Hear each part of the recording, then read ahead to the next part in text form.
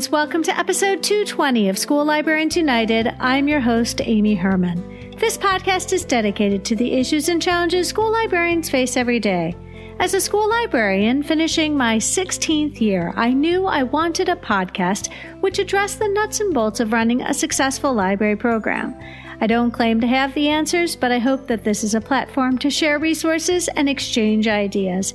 Now is a perfect time to mention that all the ideas and opinions expressed in this podcast by myself, my interview guests, and listeners who reach out to the podcast are our own and do not reflect those of our school districts. When incorporating research, I always make sure to cite my sources. So whether you are a novice or a veteran school librarian, this podcast has something for you.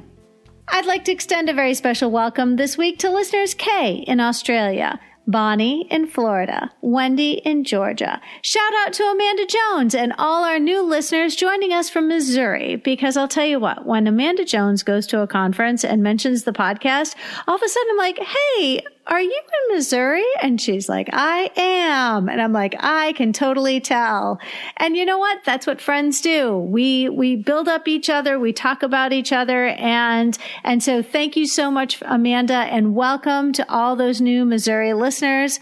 I hope you enjoy being part of our listening community. I also wanted to say hello to Mary Rose in Ohio, who wrote, Hi, Amy. My name is Mary Rose, and I'm currently an undergraduate student with aspirations to become a librarian.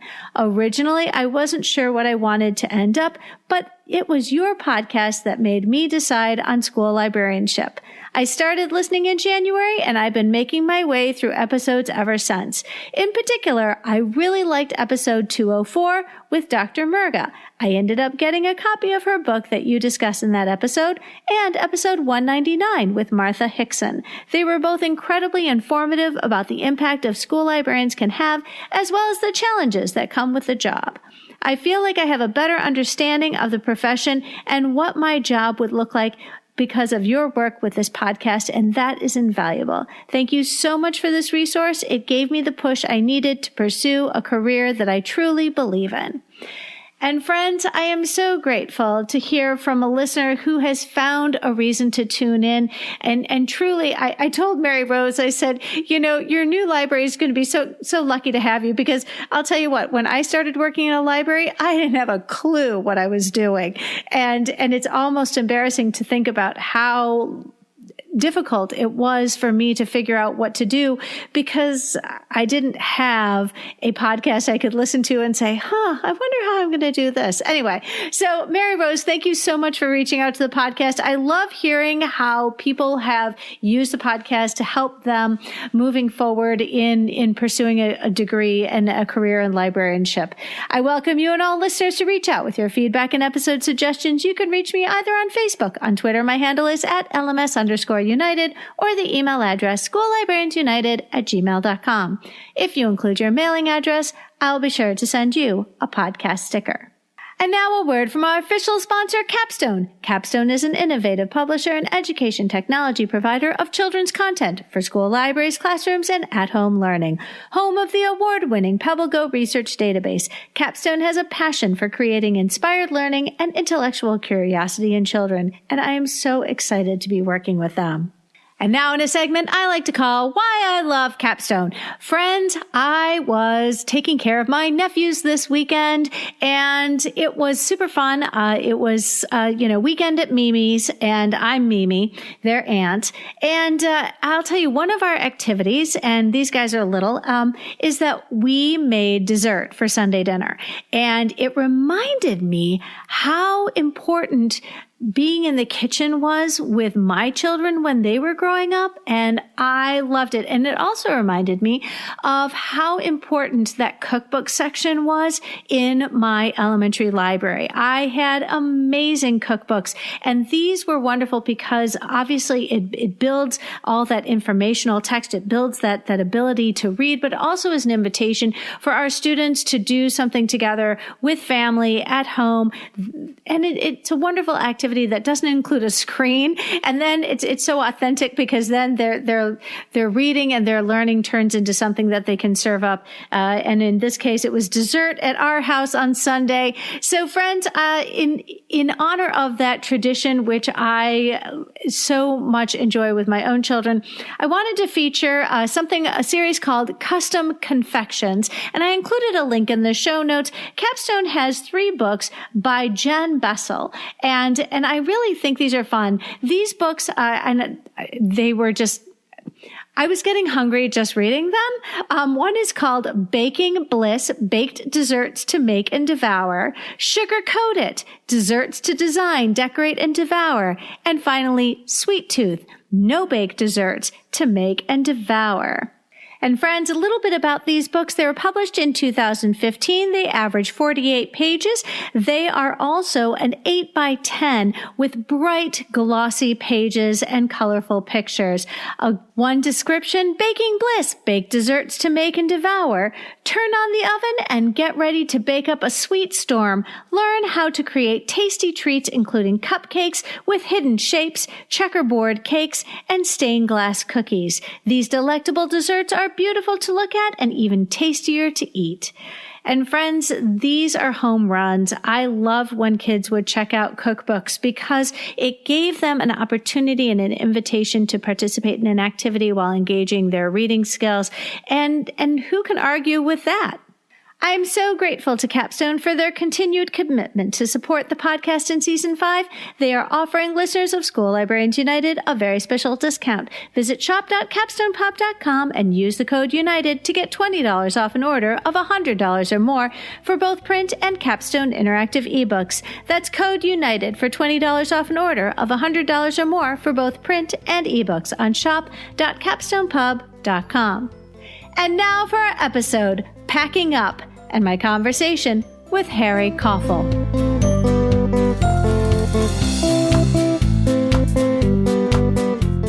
Harry Coffill, welcome back to the podcast. Always fun, Amy. Thank you. Friends, Harry and I first met over the summer in 2019. We were at like a sort of what are those unconferences called? Do you remember that? Or Harry, when we first met? Oh, nerd we camp. did. We went to Nerd Camp, and Harry presented. It was Nerd Camp, wasn't it? It was. Yeah.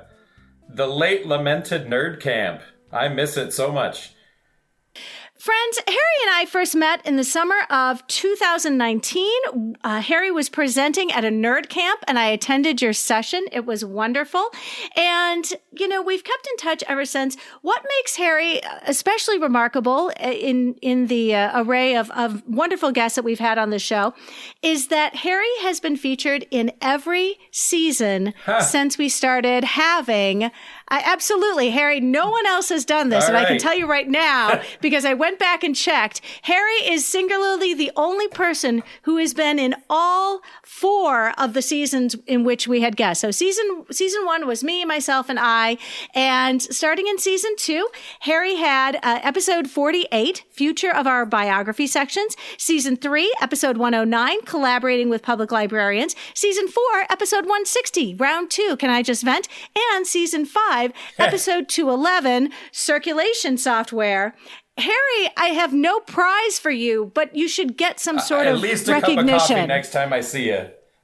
At the very least. Yes. At the very least, I owe you a cup of coffee, but my eternal thanks is just going to have to do right now because truly this is, and I say this especially for anybody who's listening, who's ever thought about maybe coming on the show, because clearly this is a positive experience. Harry's now, this is his 5th time up to bat. I am not that big a masochist. You're correct. It really is very easygoing. We're easy like Sunday morning, sitting here having a chat. For any listeners who have not heard any of your earlier episodes, would you give us a little background about where you are and tell us a little bit about your school and the community you serve? Sure. I am the K-12 library media specialist at Godfrey-Lee Public Schools, which is the smallest school district in square mileage, but not population in the state of Michigan. We are actually a 1 square mile donut hole in the middle of the Wyoming school district. in Grand Rapids, Michigan. I serve a population of students that is 80 to 85% English language learners. We have quite an interesting audience, mostly a Hispanic population. We actually have 3 libraries for 5 buildings. One is a middle school, high school library. And then we also, and I think we've talked about this in a previous podcast, I've done some things with our local public libraries. So one of our student libraries is actually a KDL public library, and that's for our alternative ed students at our alternative ed school.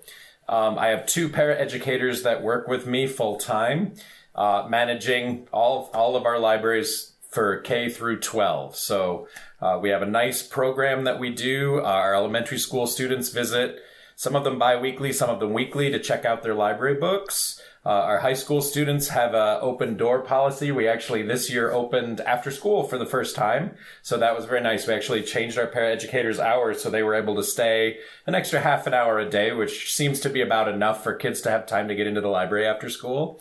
So I'm pleased with the program we're building. I'm pleased with the ties we're building with our community, with the Kent District Libraries, and that'll actually come up in our conversation today because they are helping out with this big project we've got going on. And it's just a great place to be and a great place to be working. This is my 5th or 6th year there. I'd have to do the math, but I've been there for a while now. Well, and I would call you something of a magician, but really you have an incredible skill at writing grants and getting them. And I think it's because you recognize that your student population is deserving, and there are grants specifically targeted to support communities across Michigan and across the United States. But could you just brag for a second? Because I am in absolute awe of what you've accomplished for your district. So I do have to tell you, and I told this story to somebody else this week. I don't mind writing grants because the worst that happens is they say no and you don't get the money you didn't have anyway.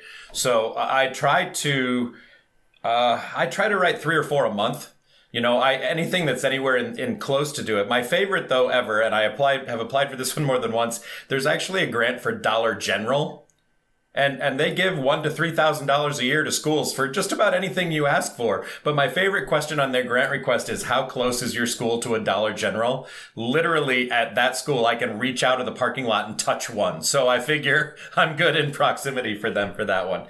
Last year, we got the Laura Bush grant for my students in the elementary school. That was $5,000 from Laura Bush. Kudos to Laura Bush. I really appreciate her work with school libraries. I think that's some important work that she's doing.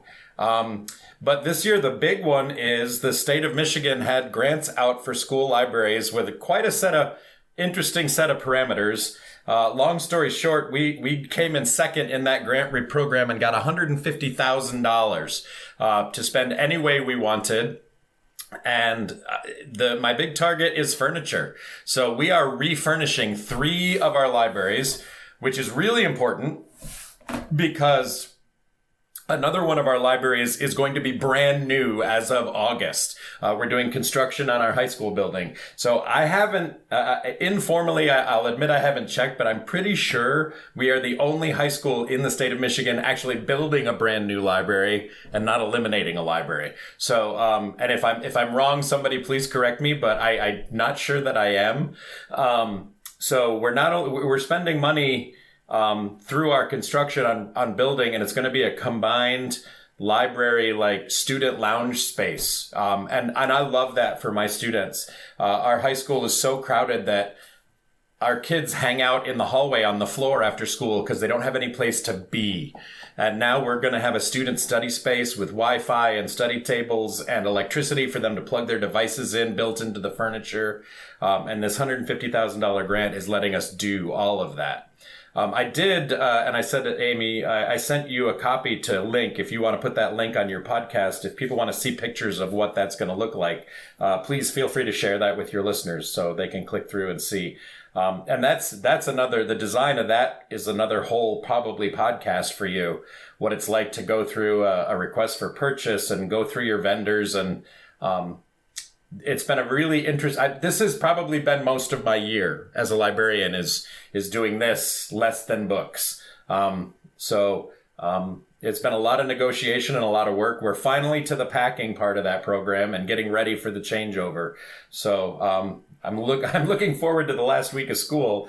Except I can't promise this time that I won't spend my summer in construction. So it's been a great problem to have, but it's an awful lot of work. Well, and it almost sounds like a librarian's version of Field of Dreams. You know, if you build it, they will come. I mean, I can only imagine it's going to feel like Christmas all next year when the kids walk in and they're like, oh my gosh. I mean, and so this is all because of some initiatives that their librarian took. And I have to imagine your superintendent is singing your praises, because whenever we make them look good, they start to take notice of how incredibly valuable it is to have a certified school librarian in that place. And friends, I will throw a lot of shade on the state that Harry and I both share, but there are plenty of districts where I have encountered paras and media techs, and the district says, oh, look at all our school librarians. And quietly to myself, I'm like, yes, but they are not, in terms of they either do not have the Michigan credential. We have a what's called the ND certification, or they don't have the master's degree. But the districts sort of point and say, yes, but we have somebody here we have somebody in all of our libraries. And yet, if you have somebody certified in school librarianship like Harry, taking those kinds of initiatives to bring in $150,000 for the district, that was an amazing win. And I have to imagine your district is just so elated.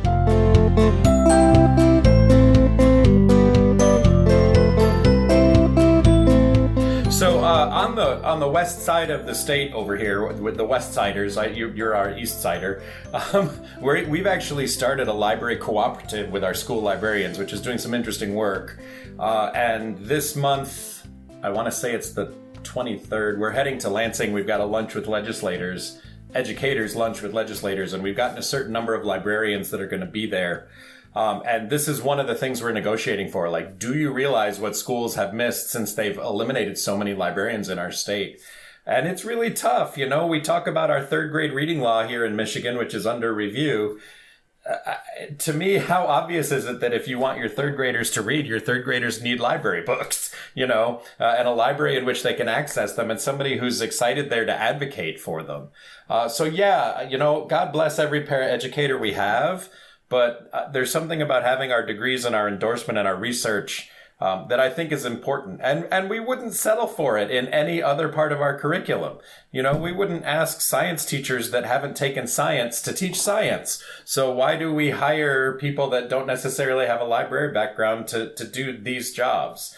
I'm with you on that one. I'm excited about some upcoming legislative work I've got to do. And yes, my superintendent, I was on summer vacation. I got a text, a phone call, and an email within 15 minutes when the grant came through. And honestly, the joke is I thought I was fired because, that's a lot of trouble from your superintendent at that moment. But he was not upset with me about the $150,000 grant.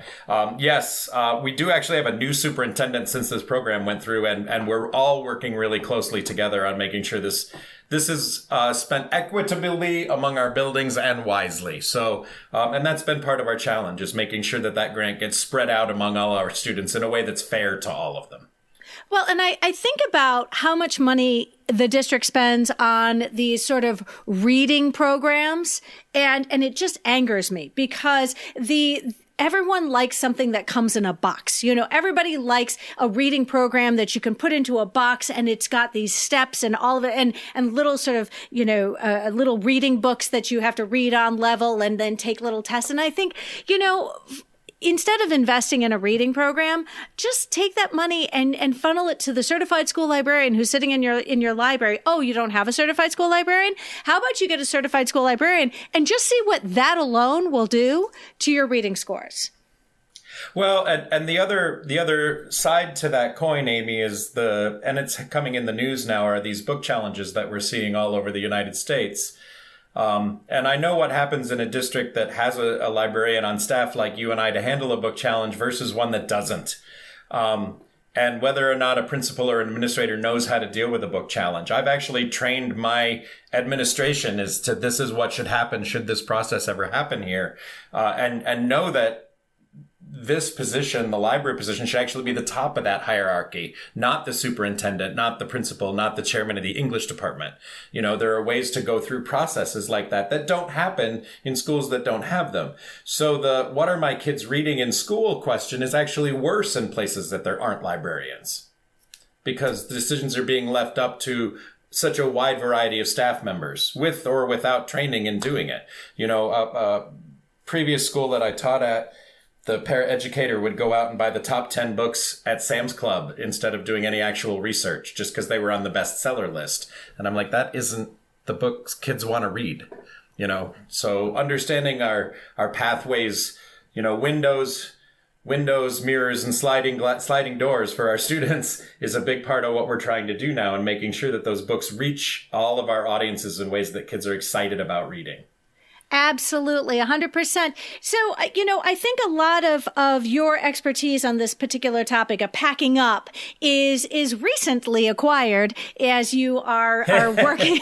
So, you're very much in the thick of it, or have the things that need to be packed up, or where are you in your packing up journey? All right, so I went out. I will always sing the praises, Amy, of LMNet. If you don't know about LMNet, listeners, I know you're a librarian, you should be signing up for it. I went out for advice because I've packed up a library, but I've never done 3 at once. And apparently lots of other people on LMNet have not done 3. The best advice I got was to go out and buy a box of wine. I ordered 700 double thick boxes, unfolded boxes. We wanted all of our boxes to be exactly the same size so they can be stacked, pyramided, moved with a hand truck. We're actually not moving any of our books out of the room. So I met with our director of facilities, and I said, Scott, if we're going to do all this work, shouldn't we paint and carpet on the same time? Where is that on the parameter? So for the 2 elementary schools, which aren't getting structural changes, we are going to repaint and recarpet those. He's like, it's been 20 years since we got new carpet in there. Yes, let's get new carpet in there. We're 3 years ahead of schedule, but since you've got everything packed up every way, it doesn't make sense to do it twice. So, God bless an administration that helps through those kinds of things.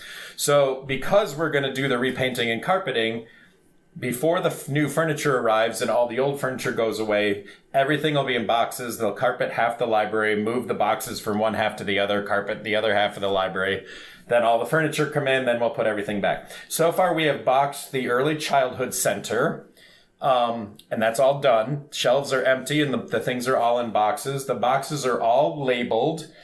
We do have, it's not really genre, but those books are age leveled. So we have kind of our kindergarten, first grade books, our first grade, second grade books, and then our second grade beginning readers books. So we don't actually have the boxes numbered. We have them labeled by section there. And we're probably going to do that at the elementary and the high school too, where we have our things genrefied. So there'll be a set of science fiction books, a set of romance books, a set of fantasy books. So we're finding that the easiest way to do it, because we're not going to, when we get down into the new space in the high school, our science fiction section might not be next to our horror section anymore. We may, feng shui that a little bit and look at the space and say, yeah, I'd really rather have this one over here, and be able to move those boxes around. So I believe we packed, I want to say 27 boxes at the early childhood center. Last week, when we got done with that, we actually got into the elementary school a little early, and we did a deep weed there. We've been weeding constantly, but as we reshelved the entire library after being closed for a week, we did a whole shelf read to make sure everything was in order before we put it away. And then we weeded, I want to say we weeded 200 or 300 books last week, just at the elementary school. And some of that is, I'd rather be a little short and have a really short, powerful library and spend my budget on making sure we're buying new, exciting things when we're putting new, exciting furniture in there. You and I have had the budget conversation before. Mine is significant. I have a very good budget with my district. And I pride myself in buying things kids deliberately ask for. Mr. Coffill, we need more of this, or we need some of that, or do you know this new TV show? Are there any books about it? I say, yep, here it goes. It'll be here in a month. So I'd rather have new, exciting stuff on our shelf than 10-year-old Nickelodeon books from shows kids have never heard of. So that's been a lot of this week. We will start packing elementary school on Monday. Hopefully we're done with that by Wednesday, knock on wood, and then we move to the high school. We need to have everything packed before we leave for the school year. So yeah, it's a lot. It's a lot. Wow. I mean, that's huge. That's really huge. But I'm really, really curious because you have, I mean, the tricky thing is with so many of us is having to pack up before the school year is over. And I've been worked under that same constraint that, you have to pack up the library by the end of the school year. And we usually stopped checking out books about 3 weeks before the end of the school year. But still, have you had to then push into the classrooms and offer library services, or what is being offered to your students if the collection's already packed up? So let's start here. There was a little pushback from staff, and I expected it. I've been very transparent. We started with how exciting is it that we have this money to make these renovations for you? We started it with, here's photos of what it's going to look like when we're done. We looked for input on furniture and tables so they felt as if they were part of the process. We had a teacher's advisory committee looking through our plans as we were doing our design to give us just a yes or a no or an I don't think so, or have you considered that kindergartners are going to jump on this furniture that way, maybe don't get that one. So having them involved as part of that process has been really important. I've reminded them weekly since about January. We closed the Friday before spring break with the idea that we come back after spring break, everything's closed. However, we're still collecting books. I mean, we have the ECC packed, and I bet there's 60 books on the return cart in front that we're going to still need to go over and check in and pack. There was some pushback. There's some disappointed teachers. So we work with KDL, Kent District Libraries. They have always had a bookmobile visit with us every week that goes to the Early Childhood Center. We actually now rotate between the Early Childhood Center and the high school every other week. The bookmobile came to the high school for the first time last Tuesday, and I want to say we had 25 or 30 kids in the bookmobile checking out their books. That they can then return either to the public library or the bookmobile or go over to the other location the bookmobile visits. So I love that we're promoting that a little bit with KDL. We're making that part of our program and saying like, hey, we can't check books out to you right now, but here are ways kids can get books in your hands. And also letting, ELA teachers know in advance, maybe you want to push library book checkout before spring break out and focus on your classroom library after spring break because, we're just not going to be able to offer those services. Really, right now, our paraeducators and I don't have time for everything. I'm not doing classroom visits right now. I'm not doing co-curricular stuff. I can't. This has got to be done, and it's got to be done right. And some of that is I've let administration know the value of your assets. Do you know how much your library collection is worth, and you want us to do it correctly? You want to know what your count is. You want to know the dollar value of this collection. You want to know where it is that our starting point is for next year as we're getting things reshelved.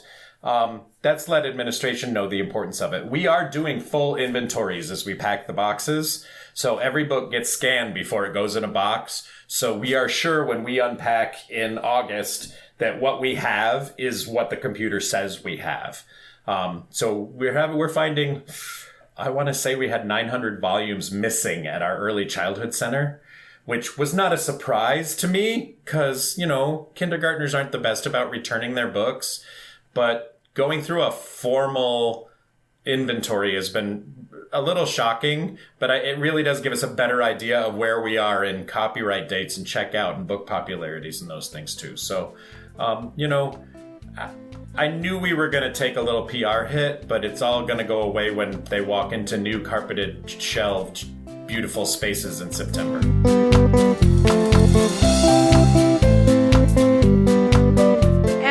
absolutely. Looking at those silver linings, it's sometimes you do have to sort of step back from the immediacy of this situation and realize all the benefit that can come from doing something like this. And I agree.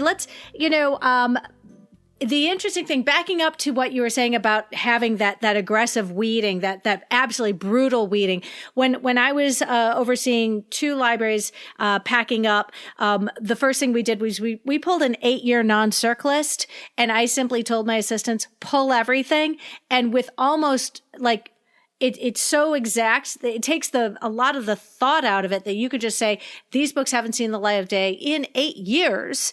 And I previewed them. I sort of looked through and I was like, no. We absolutely do not want to be boxing these up. In our case, we were getting new paint and new carpeting. For us, we had just, we were going to be refreshing spaces that were, our buildings were built in the 1930s. And I know that the carpeting had been replaced at some point, but when I first walked in, it was a single roll of carpet. And as you know now in schools, we do not install carpeting with rolls of carpeting. What they pulled out was, more accurately described as a biohazard, especially if you teach elementary.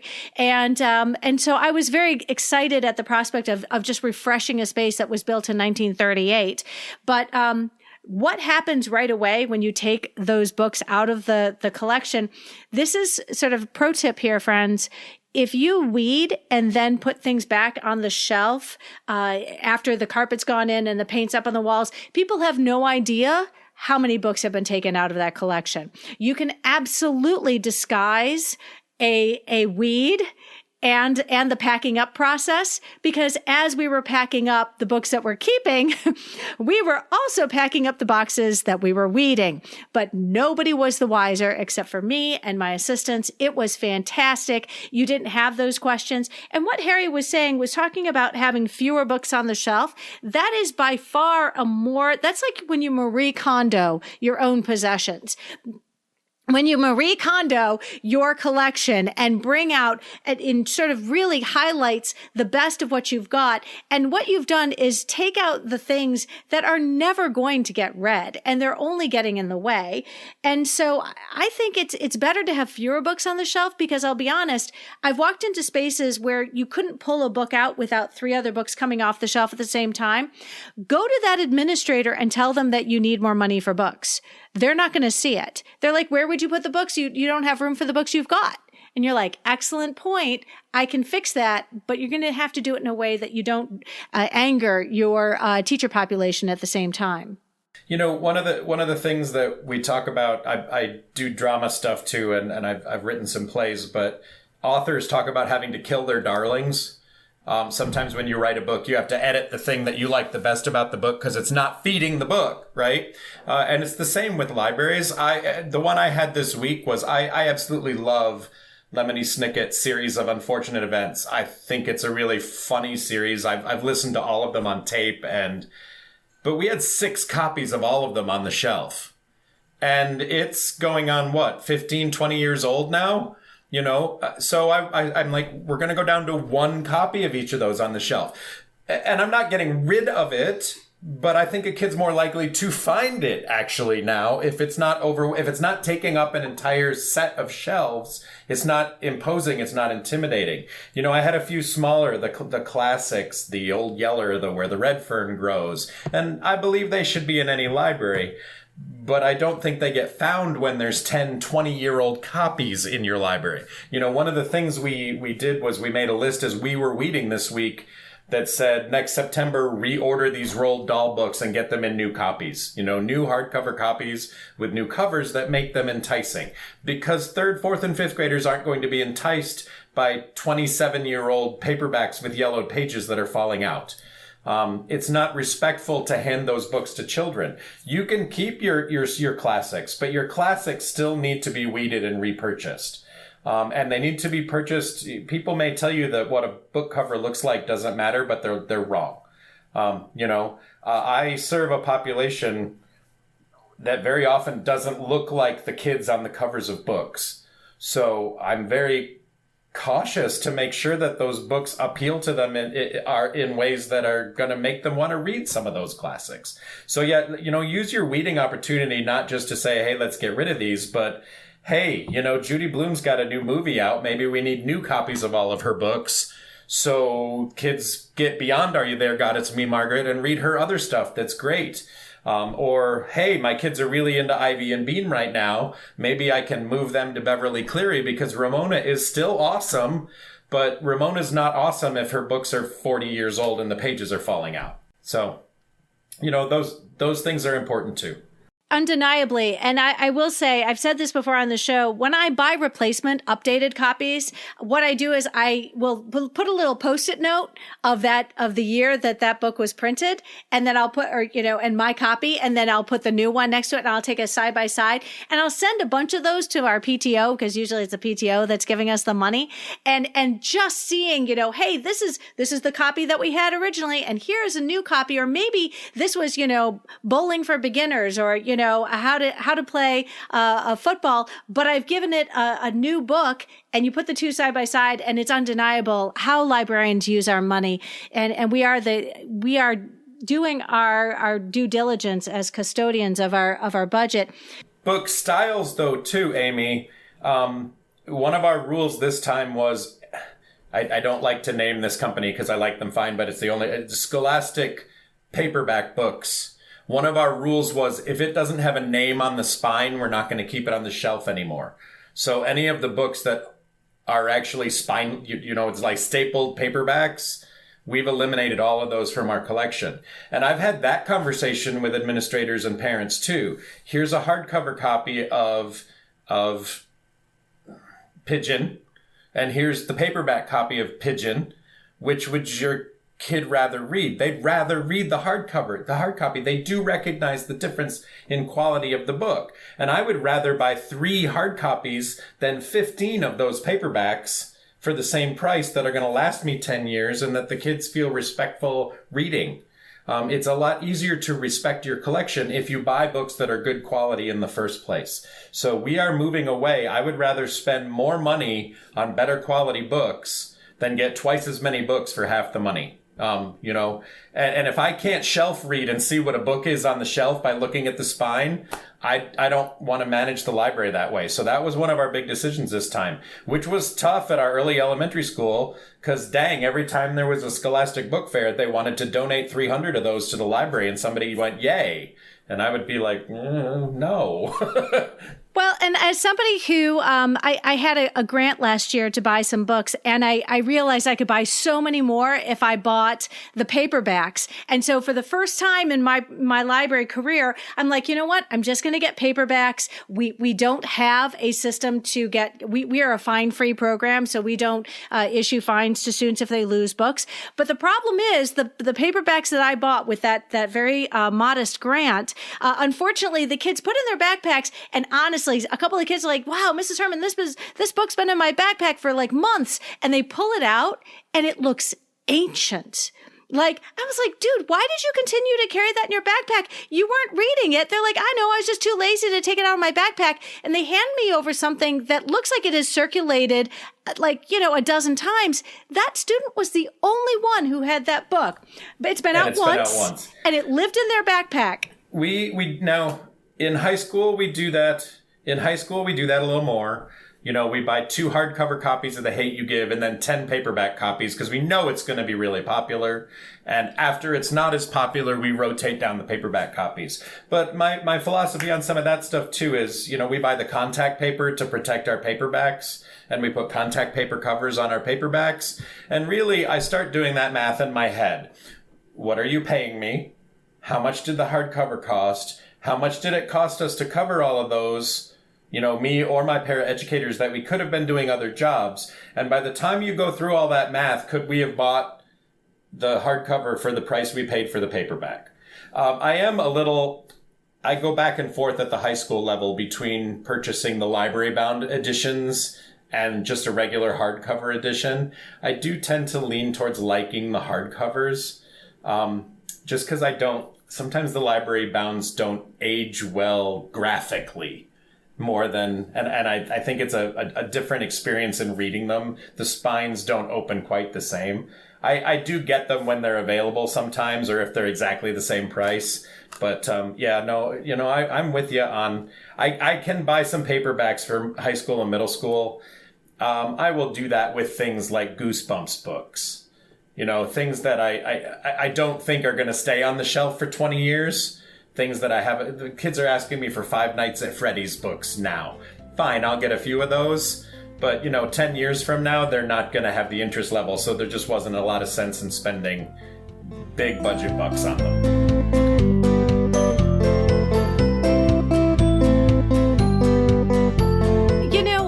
Curious just because I've heard different scenarios play out. But when it comes to packing up a library, you had your paraeducators. I have my assistants. It's interesting because as a classroom teacher, this would have never come up because the idea of packing up a room and moving to another one, it's funny because I listen to my teachers sort of grumble because it's been 16 years since I've been in the classroom and they grumble because they're like, yeah, I just found out I have to move my classroom. I just found out I have to move my classroom. And I realized for like 16 blissful years, I have never had to worry about moving my library because there's only one in the building.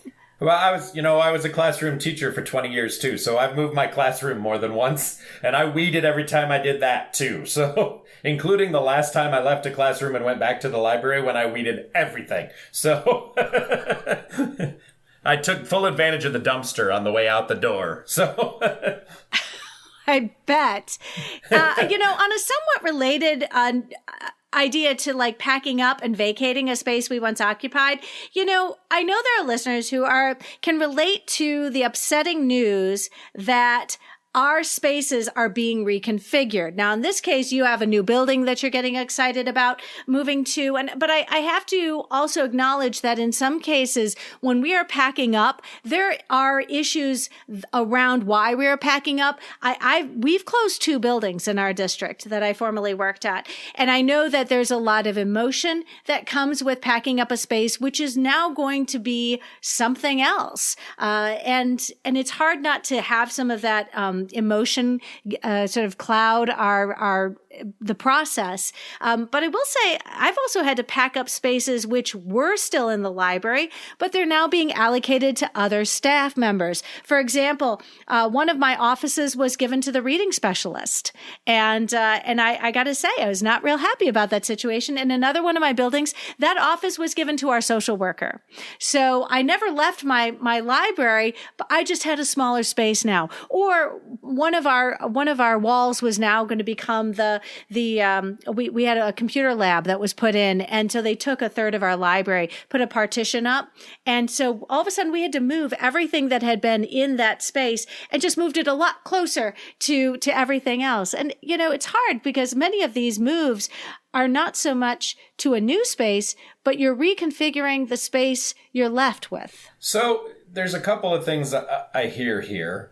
And you were just talking about being a classroom teacher and having to move, and that's one thing. But your classroom, even though it's the school's, is your classroom, but the library belongs to everybody, right? And we even as librarians say that. This is your library, and we want you to feel at home here. And then as librarians, we don't actually feel that way because it's our space, right? It's our classroom. I've got 3 of them that I'm very possessive about. I've had to make myself not very popular about a few things. All of the closets at one of my library were occupied by another teacher's belongings when I arrived at my school district. And the first thing I said was, who has all of their things in our library closet? And this teacher's like, oh, well, that's where I store all my 5th grade materials now that I teach 2nd grade. And I said, well, we need this space for library stuff. This is what we're going to put in there. And I said, if you don't have, and I've CC'd administration, if you don't move your things out of this space by October, whatever it was, we're going to throw it away. And then I did. And then he came to me in November and said, where's all my stuff? And I said, I threw it away. He hadn't used that stuff in 10 years. Teachers are hoarders and they think they have to keep everything. Weeding is part of life, right? So sometimes we get the chance to weed for us. Yeah, and the other one is I've learned to say no to quote unquote donations. Oh, we're not using this desktop computer in our classroom anymore. Let's just put it in the library for kids to use. No. I've gotten rid of the computer labs in libraries. Our kids are 1-to-1. They all carry computers. I don't need a computer lab. I don't want your computer. I don't want your projector. I don't want your speakers. I don't want your headphones. And some of it is a little bit too letting teachers know it's okay to throw things away. Those headphones only have one speaker on them. Throw them away. Nobody's going to fix them. That projector bulb costs $700 and new projector bulbs cost way less than that. We can buy a new projector for less than the bulb in that projector, throw it away, recycle it. So and my technology department as well has had to kind of re-educate people on those things. We don't want to get rid of our 10-year-old computers. We like them better than the new ones you've got for us. Well, the network's not going to support your 10-year-old one anymore. Here's the new one, So we do that a lot. In episode 68, Communal Space, that our library space and our workrooms become a repository of stuff that no one wants in their room, but they also feel it shouldn't be thrown away because it was paid for with taxpayer dollars. And I'm thinking about some absolutely ancient, listening devices and tape players that I encountered in projectors. Absolutely, in one of my offices. and our libraries become that dumping ground or purgatory of school materials that somebody says, well, we should hold on to this just because. And meanwhile, everyone's fine because it's now out of their space, but it's in ours. And again, like you mentioned, I have no problem throwing away somebody else's stuff. The other thing I will say, and this was in a previous job that I had, before I got there, the paraeducator was put in charge of checking equipment out. So they barcoded all of the technology. So when I walked into that old library, it was full of overhead projectors and cassette players and, holy cow, laser disc players, not DVD players, but laser disc players. The school had 6 of them and they were barcoded. And I had to kind of let the paraeducator know, we don't need 6 Laserdisc players, but she had been put in charge of them, so she had ownership of them, So there was actually some education of the library staff that, just like weeding a book, we can weed this equipment. I understand that you think you own it, but you have to kill your darlings. Come back to that. You come back to that phrase. Sometimes you have to let go of the things that you like. So that's important. We even had it, though, with this closure that we're doing. We let staff know for months that the libraries were going to close. And just last week, I had an elementary school teacher say, well, where are we going to do testing? And I said, not in the library, because in the one we're doing right now, they actually discovered asbestos. So before they do the carpet and paint, they have to do an abatement. So there will not be testing in that library while they're doing asbestos abatement to put the new carpet in. Goodness. We probably don't want kids in there. So, but I'm kind of at the point, I gave you enough time to come up with your schedule and figure out a plan. I don't know what to tell you at this point. The library's closed.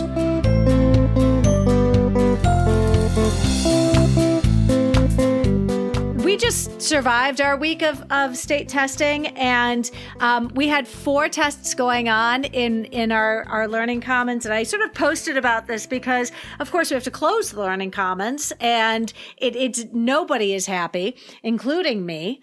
So no, I can totally understand people. All it takes is closing our spaces for people to realize how often we get tapped to solve the school's problems. And I'm happy to be that hero. But when you make those kinds of decisions of having testing in our space, all of a sudden we have to sort of shut our doors to everybody else. And it does become an issue. Those conversations are important to have with administrators and guidance counselors when you have them. Yes, we can close our library for these 3 days for this test, but understand that this dollar value collection will not be available to our students during those 4 days. And currently there are 750 books checked out at $10 a piece that I can't reclaim during that time. I like to add dollar values to things when I have conversations with people because asset control is a big part of our job. So you're trusting us to be in charge of these assets. You have to let us manage the assets in the way that we see that that's going to happen. And yes, I can put a book return card out in the hallway while you're doing your test, and any kid can come steal books off of it. So I think it's, yes, absolutely, I'll close for your test, but understand here's the effect you're having on the program by doing that. Because I don't think they go to that step in their head. They're just thinking of they need the tables and chairs. I'm refusing to do book talks for 3 classes this week because you're testing in there.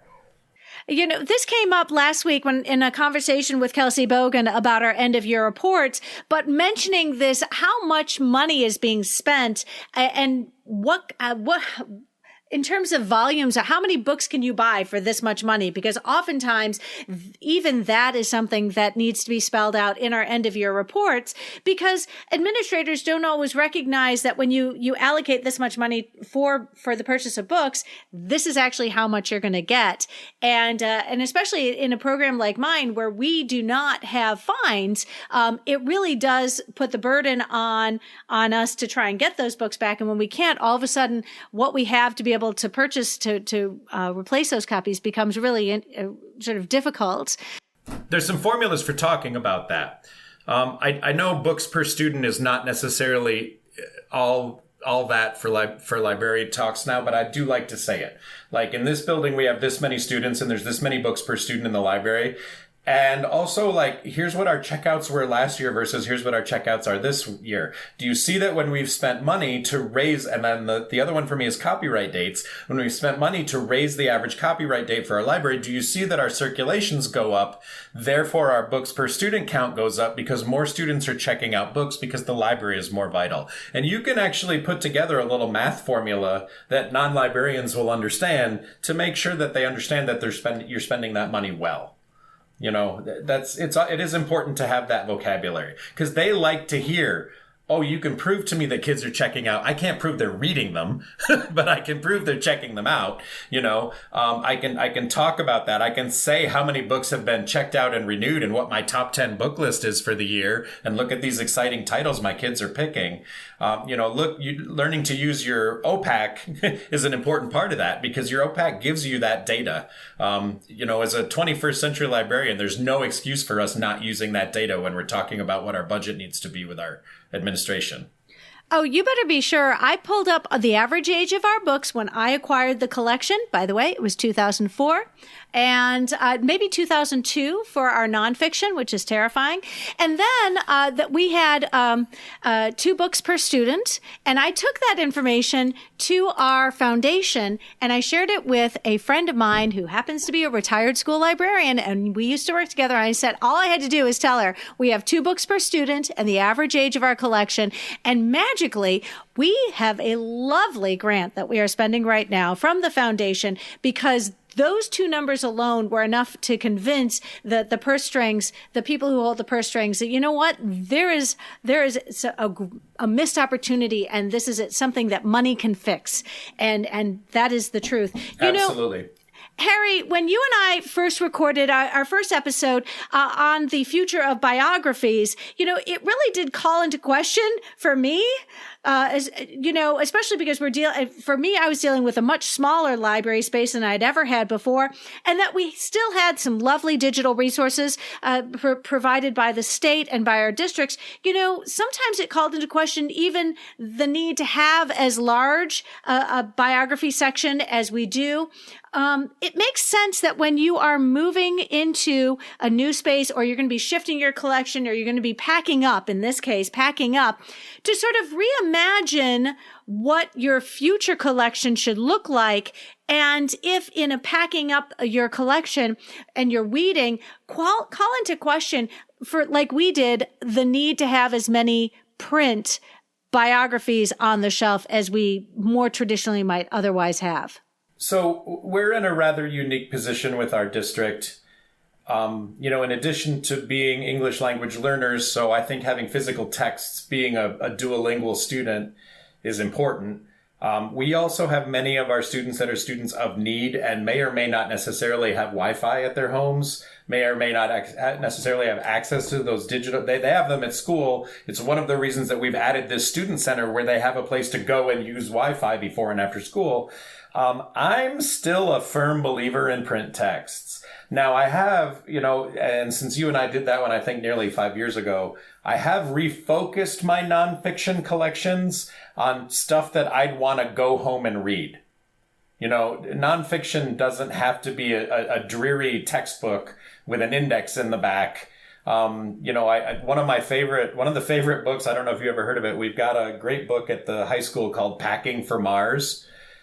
Which is really funny, but very truthful. And it's all about, like, if we were going to go to Mars right now, what would we need to do? How would it work? What's the science of that? But it's written in an amusing, it's hilarious. Like, it's a really funny book. And my high school kids read the heck out of it. All I have to do is recommend it. And some kid checks it out and they all love it. They've been doing papers on it. So, at elementary school, I can't keep the Brad Meltzer I Am books. I Am Amelia Earhart. I Am, Rosa Parks, the little cartoony ones. My elementary school kids love them. I got a whole shelf full, 2 of each of them. And the Who Is books. Who is Lucille Ball?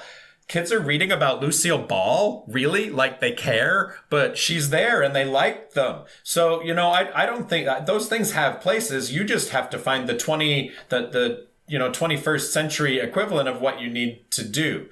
And there's no harm in holding up a book.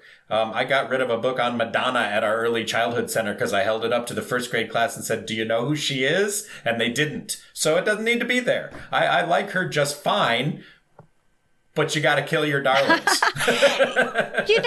While we're on the topic of weeding, and an extreme weed. I recorded an episode a long time ago called Extreme Weeding, in which case I sort of asked the question, do we even need a reference section in our libraries anymore? And friends, he's shaking his head. It's a podcast. Harry, tell us, how do you really feel about a reference section in print? I have never believed in a book that a kid can't take home.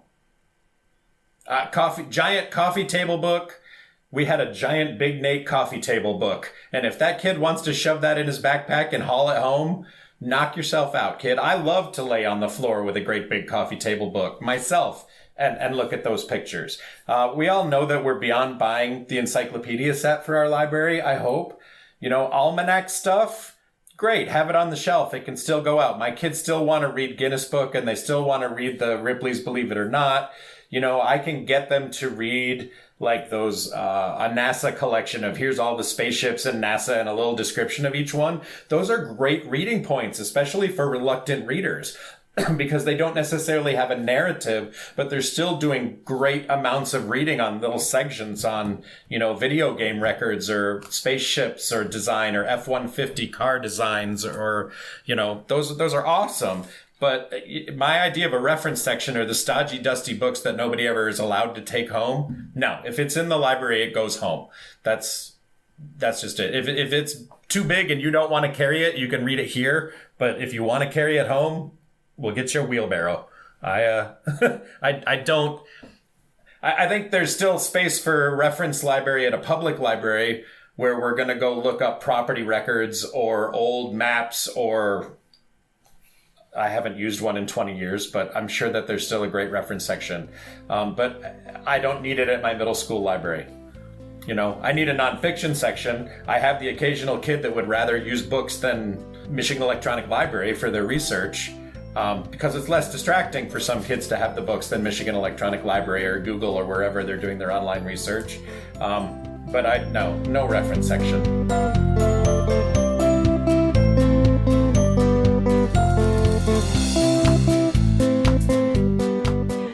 I know, Harry, you said that you have your paraeducators who were boxing up your collection. I wanted, and a couple things, just going back to what you mentioned about buying boxes that were all the same size and they were all small. And we appreciated very quickly when we did because we were actually moving everything out of our building for an abatement. And so our school had a combination of big boxes and small boxes. And the hot ticket item was all the small boxes, because people realized you fill them up with books and it doesn't take much before you have reached a point at which the box will break if it gets dropped, not to mention anything that's in it. And it was very little need for large boxes. When it came to your descriptors on the outside, I found we actually had sort of adhesive Avery labels that were pre-printed with a space for the call numbers. So it was really kind of clever because we created an Avery adhesive label that we could just run off and smack on each of those boxes, mentioning like the first letter of the first call number that was going in that box and the last call number on that box, which for us was really helpful because we had a way to envision somebody unpacking that box, not just packing up the box.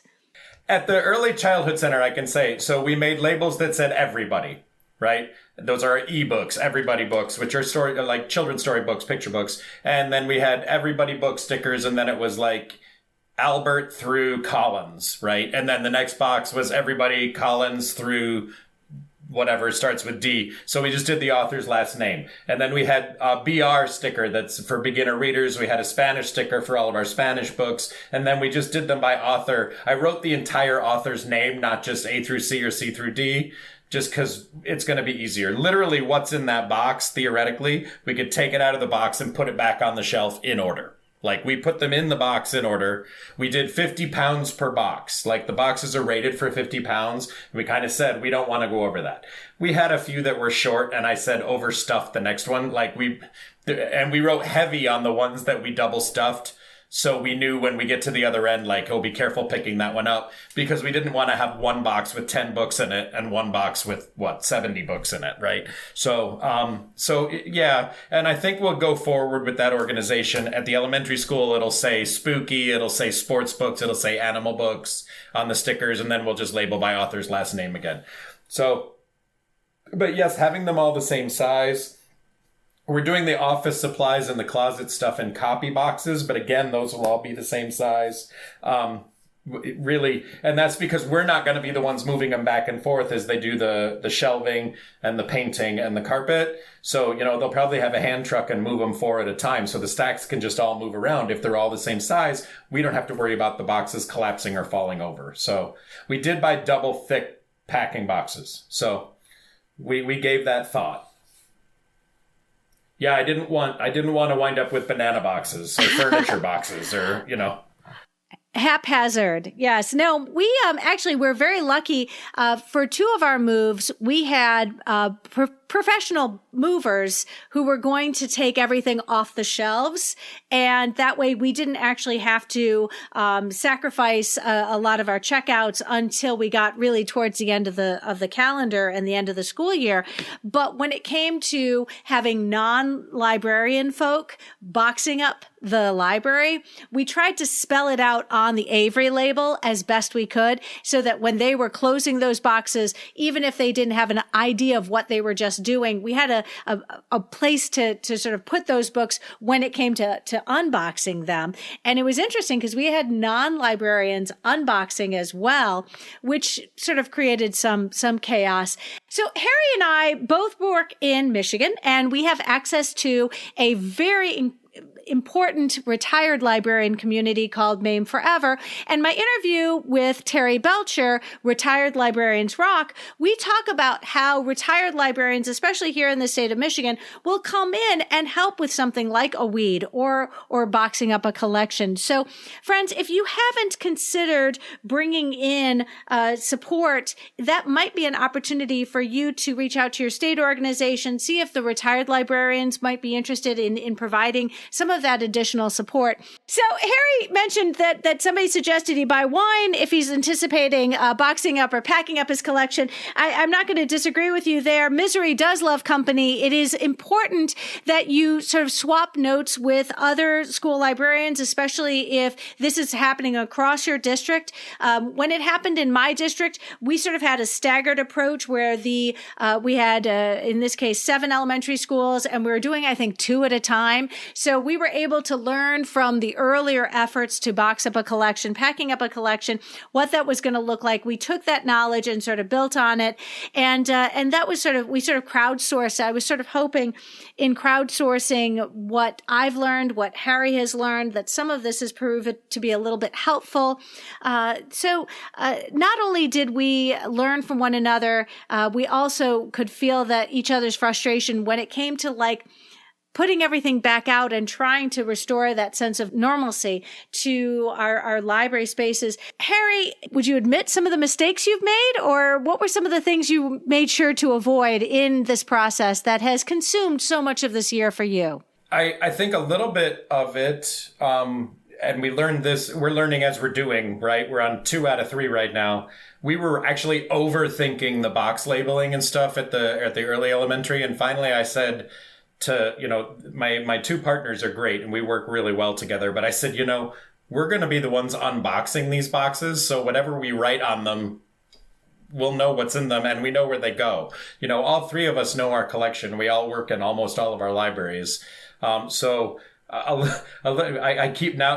keep saying we're overthinking this. Let's just go a little bit because we can spend more time standing around and debating how we're going to do it, or we can get it done. So I think as we've reached the second one, I don't know that I would have closed off.